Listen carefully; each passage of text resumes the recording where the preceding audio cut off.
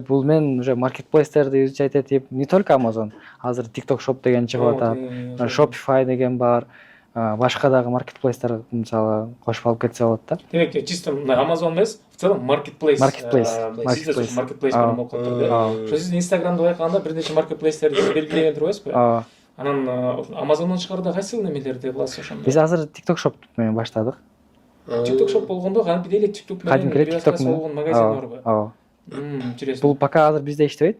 Америкада, Европада аябай популярный болуп, жакшы иштеп атат. Анын системасы кандай? Ооба, бизде иштебесиз кантип системасын иштетип атасыздар? Биз деген ушул бул жактан туруп регистрация кылабыз. И ошол жака маркетплейсин сатабыз. Мисалы Европанын маркетплейсине же болбосо Американын маркетплейсине сатабыз.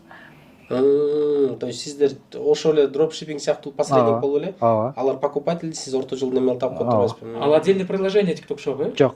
Ошол эле TikToктун ичинде эле shop деген раздел бар. Ошол жактан кирип эле. Мисалы TikTokко кирди, видео көрүп атат.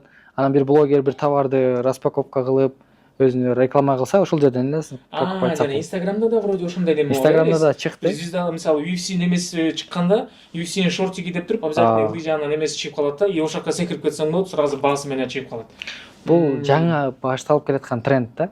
Уже социальный сеть маркетплейстерге айланып атат. Анткени аларда ошончолук аудитория бар, ошонун баарын монетизация кылып атат да.